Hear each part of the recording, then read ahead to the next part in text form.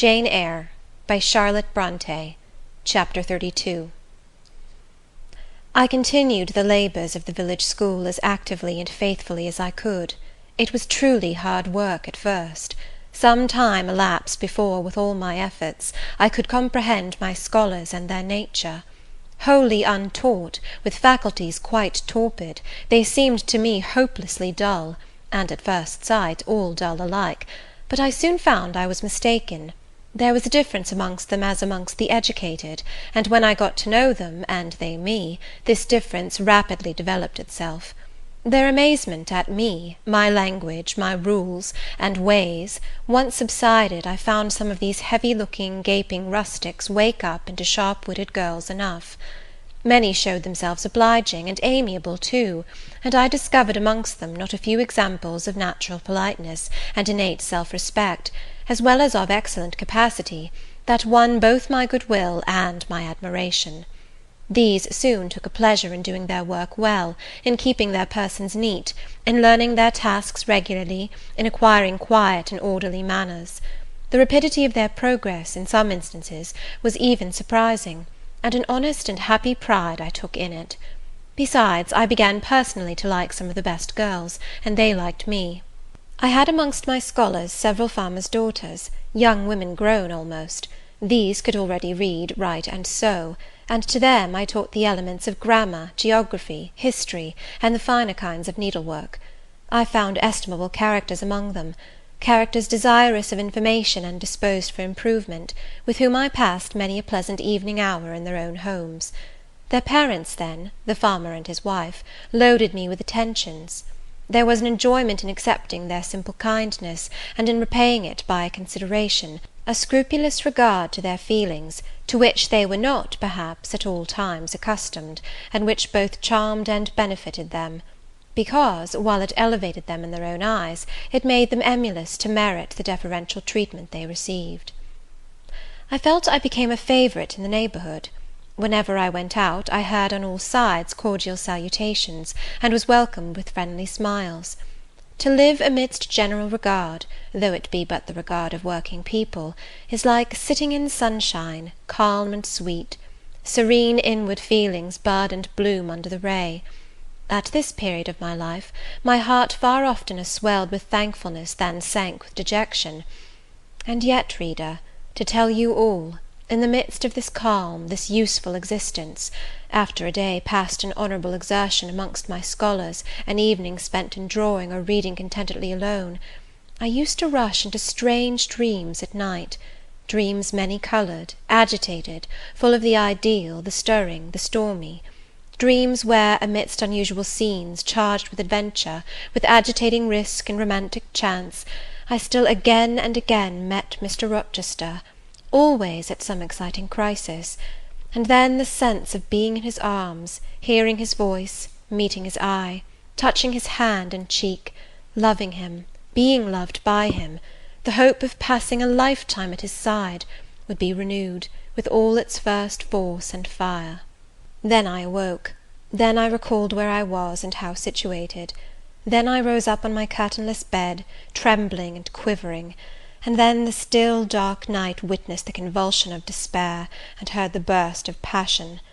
By 9 o'clock the next morning I was punctually opening the school, tranquil, settled, prepared for the steady duties of the day. Rosamond Oliver kept her word in coming to visit me.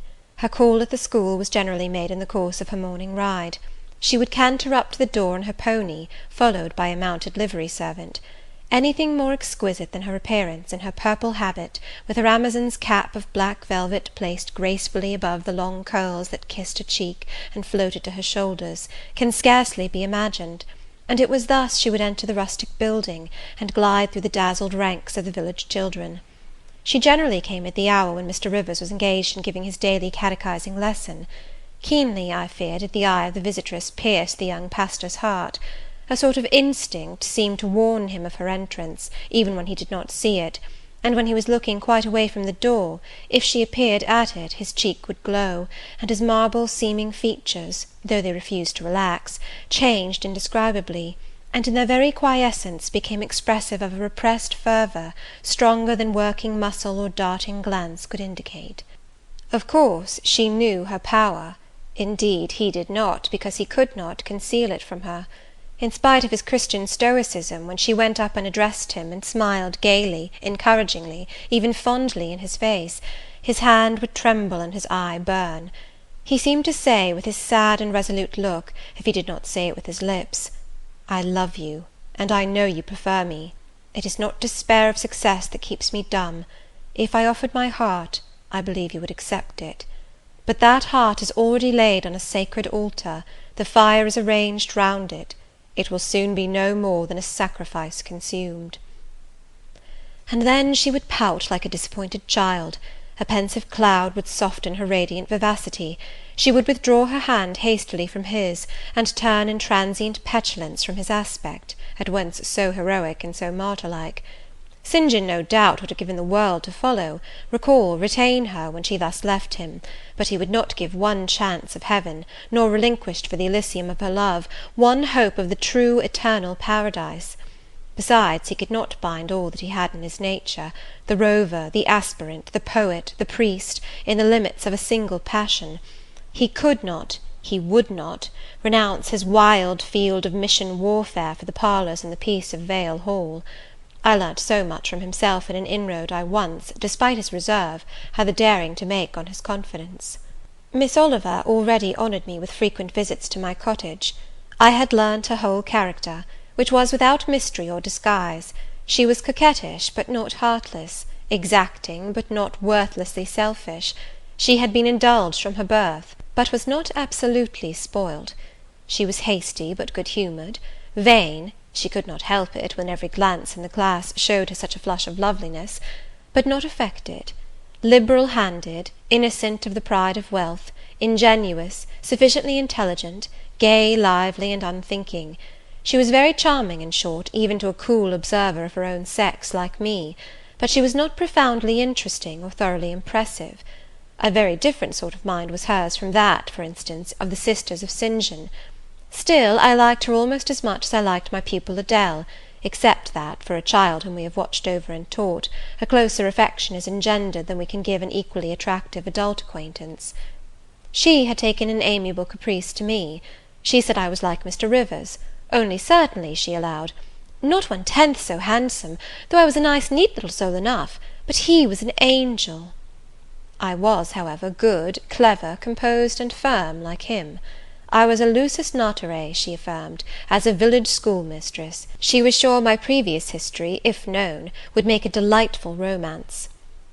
One evening, while with her usual childlike activity, and thoughtless yet not offensive inquisitiveness, she was rummaging the cupboard and table drawer of my little kitchen, she discovered first 2 French books, a volume of Schiller, a German grammar and dictionary, and then my drawing materials and some sketches, including a pencil-head of a pretty little cherub-like girl, one of my scholars, and sundry views from nature, taken in the Vale of Morton and on the surrounding moors. She was first transfixed with surprise, and then electrified with delight. Had I done these pictures? Did I know French and German? What a love, what a miracle I was! I drew better than her master in the first school in S. Would I sketch a portrait of her to show to papa? With pleasure, I replied, and I felt a thrill of artist's delight at the idea of copying from so perfect and radiant a model. She had then on a dark blue silk dress. Her arms and her neck were bare. Her only ornament was her chestnut tresses, which waved over her shoulders with all the wild grace of natural curls. I took a sheet of fine cardboard, and drew a careful outline. I promised myself the pleasure of colouring it, and as it was getting late then, I told her she must come and sit another day. She made such a report of me to her father, that Mr. Oliver himself accompanied her next evening, a tall, massive-featured, middle-aged, and grey-headed man, at whose side his lovely daughter looked like a bright flower near a hoary turret. He appeared a taciturn, and perhaps a proud personage, but he was very kind to me. The sketch of Rosamond's portrait pleased him highly. He said I must make a finished picture of it. He insisted, too, on my coming the next day to spend the evening at Vale Hall. I went. I found it a large, handsome residence, showing abundant evidences of wealth in the proprietor.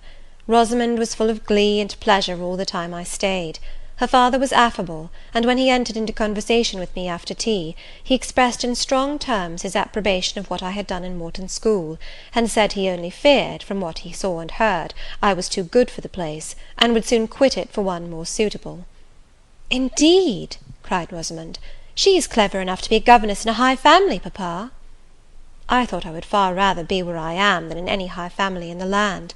Mr. Oliver spoke of Mr. Rivers, of the Rivers family, with great respect. He said it was a very old name in that neighbourhood, that the ancestors of the house were wealthy, that all Morton had once belonged to them, that even now he considered the representative of that house might, if he liked, make an alliance with the best. He accounted it a pity that so fine and talented a young man should have formed the design of going out as a missionary. It was quite throwing a valuable life away. It appeared, then, that the father would throw no obstacle in the way of Rosamond's union with St. John. Mr. Oliver evidently regarded the young clergyman's good birth, old name, and sacred profession as sufficient compensation for the want of fortune. It was the 5th of November, and a holiday. My little servant, after helping me to clean my house, was gone, well satisfied with the fee of a penny for her aid. All about me was spotless and bright, scoured floor, polished grate, and well-rubbed chairs. I had also made myself neat, and had now the afternoon before me to spend as I would. The translation of a few pages of German occupied an hour. Then I got my palette and pencils, and fell to the more soothing, because easier occupation, of completing Rosamond Oliver's miniature. The head was finished already. There was but the background to tint, and the drapery to shade off. A touch of carmine, too, to add to the ripe lips, a soft curl here and there to the tresses, a deeper tinge to the shadow of the lash under the azured eyelid. I was absorbed in the execution of these nice details, when after one rapid tap, my door unclosed, admitting St. John Rivers. "I come to see how you are spending the holiday," he said. "Not, I hope, in thought. No, that is well. While you draw, you will not feel lonely. You see, I mistrust you still, though you have borne up wonderfully so far. I have brought you a book for evening solace." And he laid on the table a new publication, a poem, one of those genuine productions so often vouchsafed to the fortunate public of those days, the golden age of modern literature. Alas, the readers of our era are less favoured. But courage! I will not pause either to accuse or repine. I know poetry is not dead, nor genius lost, nor has Mammon gained power over either, to bind or slay. They will both assert their existence, their presence, their liberty and strength again one day. Powerful angels, safe in heaven. They smile when sordid souls triumph, and feeble ones weep over their destruction. Poetry destroyed? Genius banished? No. Mediocrity, no. Do not let envy prompt you to the thought. No, they not only live, but reign and redeem, and without their divine influence spread everywhere, you would be in hell, the hell of your own meanness. While I was eagerly glancing at the bright pages of Marmion, for Marmion it was, St. John stooped to examine my drawing. His tall figure sprang erect again with a start. He said nothing. I looked up at him. He shunned my eye. I knew his thoughts well, and could read his heart plainly. At the moment I felt calmer and cooler than he. I had then temporarily the advantage of him, and I conceived an inclination to do him some good if I could.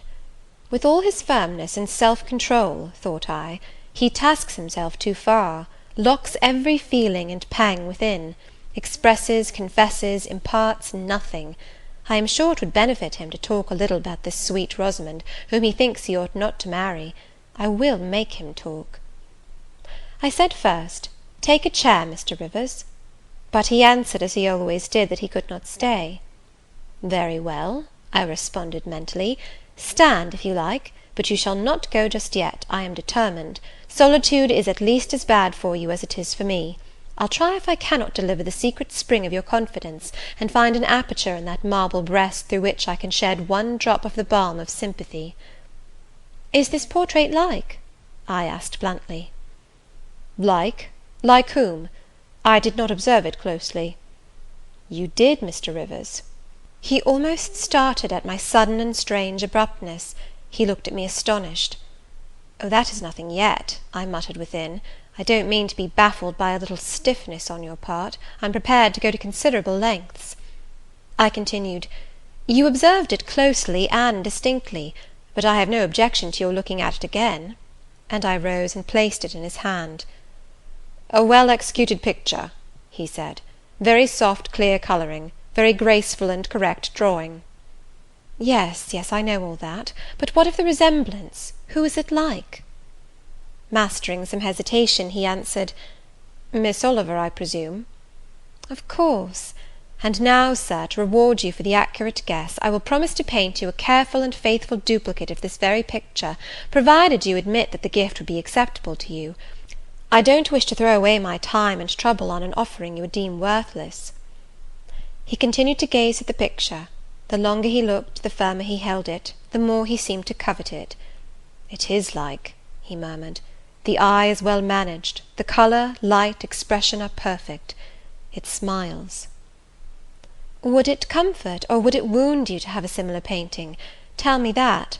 When you are at Madagascar, at the Cape, or in India, would it be a consolation to have that memento in your possession, or would the sight of it bring recollections calculated to enervate and distress?" He now furtively raised his eyes. He glanced at me, irresolute, disturbed.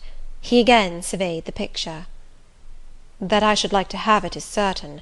Whether it would be judicious or wise is another question." Since I had ascertained that Rosamond really preferred him, and that her father was not likely to oppose the match, I, less exalted in my views than St. John, had been strongly disposed in my own heart to advocate their union. It seemed to me that, should he become the possessor of Mr. Oliver's large fortune, he might do as much good with it as if he went and laid his genius out to wither, and his strength to waste under a tropical sun.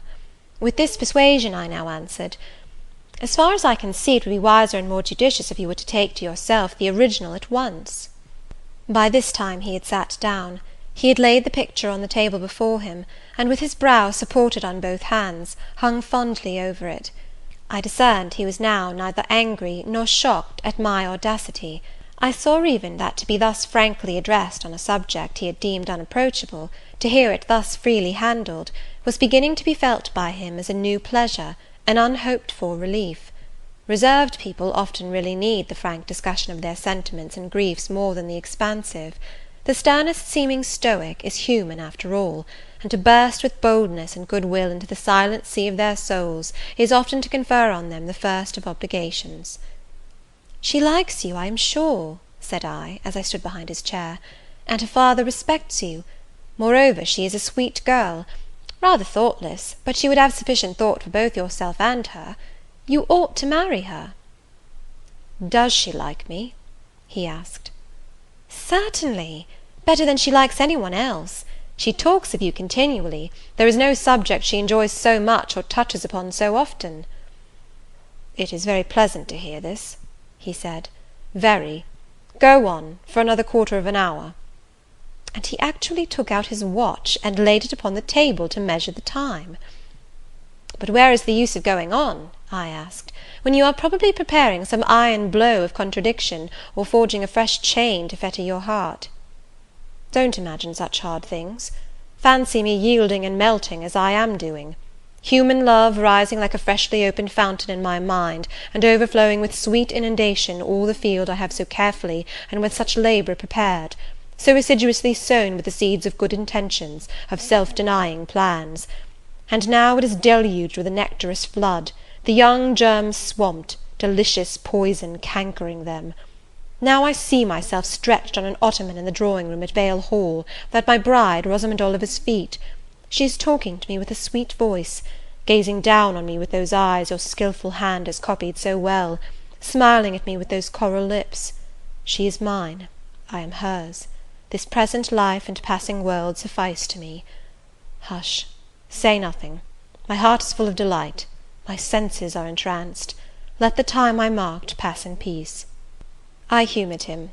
The watch ticked on. He breathed fast and low. I stood silent. Amidst this hush the quartet sped. He replaced the watch, laid the picture down, rose, and stood on the hearth.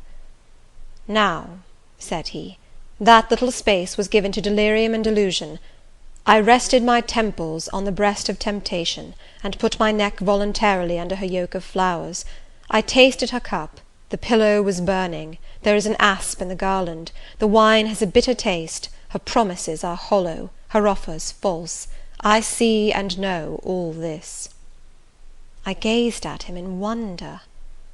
"It is strange," pursued he, "that while I love Rosamond Oliver so wildly, with all the intensity indeed of a first passion, the object of which is exquisitely beautiful, graceful, fascinating, I experience at the same time a calm, unwarped consciousness that she would not make me a good wife, that she is not the partner suited to me, that I should discover this within a year after marriage, and that to 12 months' rapture would succeed a lifetime of regret. This I know." "Strange indeed!" I could not help ejaculating. "While something in me," he went on, "is acutely sensible to her charms, something else is as deeply impressed with her defects. They are such that she could sympathize in nothing I aspired to, cooperate in nothing I undertook. Rosamond a sufferer, a labourer, a female apostle? Rosamond a missionary's wife? No." "But you need not be a missionary. You might relinquish that scheme." "Relinquish? What? My vocation? My great work? My foundation laid on earth for a mansion in heaven? My hopes of being numbered in the band who have merged all ambitions in the glorious one of bettering their race, of carrying knowledge into the realms of ignorance, of substituting peace for war, freedom for bondage, religion for superstition, the hope of heaven for the fear of hell? Must I relinquish that? It is dearer than the blood in my veins. It is what I have to look forward to, and to live for." After a considerable pause, I said, "And Miss Oliver? Are her disappointment and sorrow of no interest to you?" "Miss Oliver is ever surrounded by suitors and flatterers. In less than a month my image will be effaced from her heart. She will forget me, and will marry probably some one who will make her far happier than I should do." "You speak coolly enough, but you suffer in the conflict. You are wasting away." "No. If I get a little thin, it is with anxiety about my prospects yet unsettled, my departure continually procrastinated. Only this morning I received intelligence that the successor, whose arrival I have been so long expecting, cannot be ready to replace me for 3 months to come yet, and perhaps the 3 months may extend to 6. "You tremble and become flushed whenever Miss Oliver enters the schoolroom." Again the surprised expression crossed his face. He had not imagined that a woman would dare to speak so to a man. For me, I felt at home in this sort of discourse. I could never rest in communication with strong, discreet, and refined minds, whether male or female, till I had passed the outworks of conventional reserve, and crossed the threshold of confidence, and won a place by their heart's very hearthstone. "You are original," said he, "and not timid. There is something brave in your spirit, as well as penetrating in your eye. But allow me to assure you that you partially misinterpret my emotions. You think them more profound and potent than they are. You give me a larger allowance of sympathy than I have a just claim to. When I colour, and when I shade before Miss Oliver, I do not pity myself. I scorn the weakness. I know it is ignoble, a mere fever of the flesh, not, I declare, the convulsion of the soul. That is just as fixed as a rock, firm set in the depths of a restless sea. Know me to be what I am, a cold, hard man." I smiled incredulously. "You have taken my confidence by storm," he continued, "and now it is much at your service. I am simply in my original state, stripped of that blood-bleached robe with which Christianity covers human deformity, a cold, hard, ambitious man. Natural affection only, of all the sentiments, has permanent power over me. Reason and not feeling is my guide. My ambition is unlimited. My desire to rise higher, to do more than others, insatiable.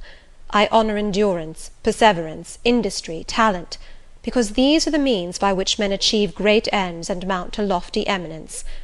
I watch your career with interest, because I consider you a specimen of a diligent, orderly, energetic woman, not because I deeply compassionate what you have gone through, or what you still suffer." "You would describe yourself as a mere pagan philosopher," I said. "No. There is this difference between me and deistic philosophers. I believe, and I believe the gospel. You missed your epithet. I am not a pagan, but a Christian philosopher, a follower of the sect of Jesus. As his disciple I adopt his pure, his merciful, his benignant doctrines. I advocate them. I am sworn to spread them. Won in youth to religion, she has cultivated my original qualities thus: from the minute germ, natural affection, she has developed the overshadowing tree, philanthropy. From the wild, stringy root of human uprightness, she has reared a due sense of the divine justice.